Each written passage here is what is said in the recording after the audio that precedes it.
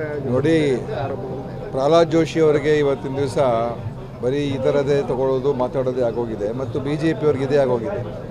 ಈ ಎಲೆಕ್ಟ್ರಲ್ ಬಾಂಡ್ಸಲ್ಲಿ ಸಾವಿರಾರು ಕೋಟಿ ರೂಪಾಯಿ ಲೂಟಿ ಮಾಡಿಬಿಟ್ಟು ಯಾರ ಹತ್ರ ಏನೇನು ಇಸ್ಕೊಂಡಿದ್ರೆ ಯಾರಿಗೂ ಕೂಡ ಗೊತ್ತಿಲ್ಲ. ಇಡೀ ದೇಶದ ದೊಡ್ಡ ಮೋಸ ಅದು ಎಲೆಕ್ಟ್ರಲ್ ಬಾಂಡ್ಸ್. PM ಕೇರ್ಸ್ ಅಂತ ಅನೌನ್ಸ್ ಮಾಡಿ ಎಲ್ಲರ ಕೂಡ ಗೌರ್ಮೆಂಟ್ ಎಂಪ್ಲಾಯೀಸಿಂದ ಎಲ್ಲರ ಕೂಡ ಇದು ಗೌರ್ಮೆಂಟ್ ಟ್ರಸ್ಟ್ ಅಂತೇಳಿ ದುಡ್ಡು ಇಸ್ಕೊಂಡ್ರು. ಅದು PM ಕೇರ್ಸ್ ಪ್ರೈವೇಟ್.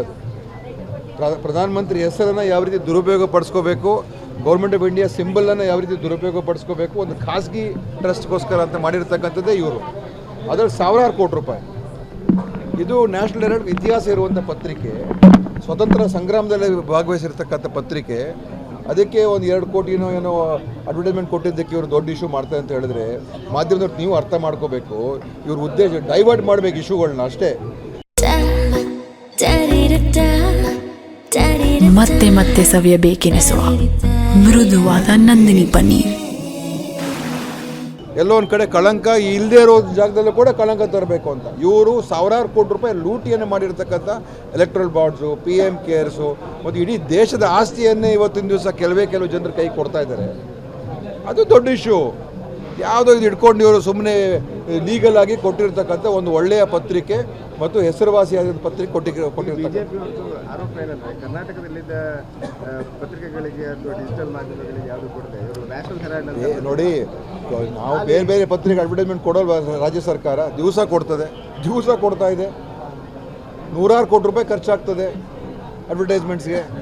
ಈಗ ಜೋಶಿ ಅವರು ಹೇಳ್ತಿರೋದು ಕರ್ನಾಟಕದ ಜೋಶಿ ಅವರು ಉತ್ತರ ಕೊಡಲಿ. PM ಕೇರ್ಸನ್ನು ನೀವು ಯಾಕೆ ಗೌರ್ಮೆಂಟ್ ಟ್ರಸ್ಟ್ ಅಂತ ನೀವು ಘೋಷಣೆ ಮಾಡಿದ್ರಿ? ಯಾಕೆ ನೀವು ದುಡ್ಡು ಸಂಗ್ರಹಣೆ ಮಾಡಿದ್ರಿ? ಎಷ್ಟು ಹಣ ಸಂಗ್ರಹಣೆ ಆಗಿದೆ? ಎಲ್ಲಿ ಉಪಯೋಗ ಆಗಿದೆ? ಅವ್ರು ಕೊಟ್ಟಿರ್ತಕ್ಕಂಥ ವೆಂಟಿಲೇಟರ್ಗಳು ಕೂಡ ಕಳಪೆ ವೆಂಟಿಲೇಟರ್ಗಳು ಸಪ್ಲೈ ಮಾಡಿದ್ರು ಕೋವಿಡ್ ಟೈಮಲ್ಲಿ. ಅದಕ್ಕೆ ಉತ್ತರ ಕೊಡಲಿ. ಎಲೆಕ್ಟ್ರಲ್ ಬಾಂಡ್ಸಲ್ಲಿ ಅವರು ಸಾವಿರಾರು ಕೋಟಿ ರೂಪಾಯಿ ಲೂಟಿ ಮಾಡಿದ್ರಲ್ಲ, ಯಾರಿಗೂ ಸುಪ್ರೀಂ ಕೋರ್ಟನ್ನು ಸ್ಟಕ್ ಡೌನ್ ಮಾಡೋದು. ಅದರಲ್ಲಿ ಎಷ್ಟು ಎಲ್ಲರ ಹತ್ರನೂ ಕೂಡ ಬ್ಲ್ಯಾಕ್ ಮೇಲ್ ಮಾಡಿ ದುಡ್ಡುಗಳು ತೊಗೊಂಡು ರೇಡ್ ಮಾಡಿಸೋದು, ದುಡ್ಡು ತೊಗೊಳ್ಳೋದು, ಅದೆಲ್ಲ ಮಾಡಿ. ಅದಕ್ಕೆ ಜೋಶಿ ಉತ್ತರ ಕೊಡಲಿ.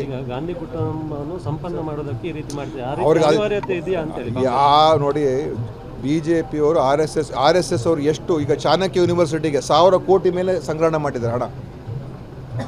ಈ RSS ಅವ್ರಿಗೆ ಎಲ್ಲ ಕಡೆ ಇಂಥ ಸಂಸ್ಥೆಗಳು ರಚನೆ ಮಾಡೋದು, ದುಡ್ಡುಗಳು ತೊಗೊಳ್ಳೋದು, ಇದಕ್ಕೆ ಯಾರು ಕೂಡ ಕೇಳಂಗಿಲ್ಲ. ನ್ಯಾಷನಲ್ ಹೆರಾಲ್ಡ್ ಪತ್ರಿಕೆ ಅದರಲ್ಲಿ ₹1 ಅದು ನಾಟ್ ಫಾರ್ ಪ್ರಾಫಿಟ್. ಅದು ₹1 ಆಚೆ ತೆಗಿಯೋಂಗಿಲ್ಲ, ₹1 ಮಾಡೋಂಗಿಲ್ಲ, ₹1 ಸಂಬಳ ತೊಗೊಳ್ಳೋಂಗಿಲ್ಲ ಅಂತ ಇದರಲ್ಲಿ ಇವರು ಕಳಂಕ ಇದೆ ಅಂತ ಎಷ್ಟು ನೋಡಿ ಬಿಂಬಿಸ್ತಾ ಇದ್ದಾರೆ. ಎಷ್ಟು ವರ್ಷದಿಂದ ಇದನ್ನು ಮಾತಾಡ್ತಾ ಇದ್ದಾರೆ, ಎಷ್ಟು ವರ್ಷದಿಂದ ಹ್ಯಾರಾಸ್ಮೆಂಟ್ ಮಾಡ್ತಾ ಇದ್ದಾರೆ. ಅವ್ರನ್ನ ಕರೆಸಿ ರಾಹುಲ್ ಗಾಂಧಿ ಅವ್ರನ್ನ ಇಡೀ ದಿವಸ ED ಮುಂದೆ ಕಚೇರಿಯಲ್ಲಿ ಕೂರಿಸಿ, ಸೋನಿಯಾ ಗಾಂಧಿ ಅವ್ರನ್ನ ಕರೆಸಿ, ರಾಹುಲ್ ಗಾಂಧಿ ಅವ್ರನ್ನ ಯಾವುದೋ ಒಂದು ಕೇಸಲ್ಲಿ ಅವ್ರಿಗೆ ಡಿಸ್ಕ್ವಾಲಿಫೈ ಮಾಡಿಸಿ ಪಾರ್ಲಿಮೆಂಟಿಂದ. ಈ ಥರ ಮಾಡ್ತಕ್ಕಂಥ ಸೇಡಿನ ಕೀಳಮಟ್ಟದ ರಾಜಕಾರಣ ಜೋಶಿ ಅವರು ಸ್ವಲ್ಪ ತಿಳ್ಕೊಂಡು ಮಾತಾಡಬೇಕು, ಆಯಿತಾ? ದ್ವೇಷ ಇದು ಇವರು, ಯಾಕೆಂದರೆ ಮಾಧ್ಯಮ ಅವ್ರ ಜೊತೆಲಿದೆ. ಯಾವ ಪ್ರಶ್ನೆ ಕೇಳಬೇಕು ಮಾಧ್ಯಮ ಅವ್ರನ್ನ ಕೇಳೋದಿಲ್ಲ, ನಮ್ಮನ್ನು ಮಾತ್ರ ಕೇಳ್ತಾರೆ ಅಷ್ಟೇ ಮಾಧ್ಯಮ. ಅವ್ರನ್ನ ಕೇಳಿ ನೀವು PM ಕೇರ್ಸಲ್ಲಿ ನೀವು ಹೆಂಗೆ ಅದನ್ನು ನೀವು government of India symbol use ಮಾಡ್ತಾ ಇದ್ದೀರಾ? ಹೇಗೆ ನೀವು ದುಡ್ಡನ್ನು ಸಂಗ್ರಹಣೆ ಮಾಡಿದ್ರಿ? ಪ್ರಧಾನಮಂತ್ರಿ ಹೆಸರನ್ನು ಯಾಕೆ ಆ ಟ್ರಸ್ಟ್ಗೆ ಹೆಸರು ಇಟ್ಟಿದ್ದೀರಾ? ಅದನ್ನು ಕೇಳಿ ನೀವು. ಅದಕ್ಕೆ ಜೋಶಿ ಅವರು ಉತ್ತರ ಕೊಡಲಿ.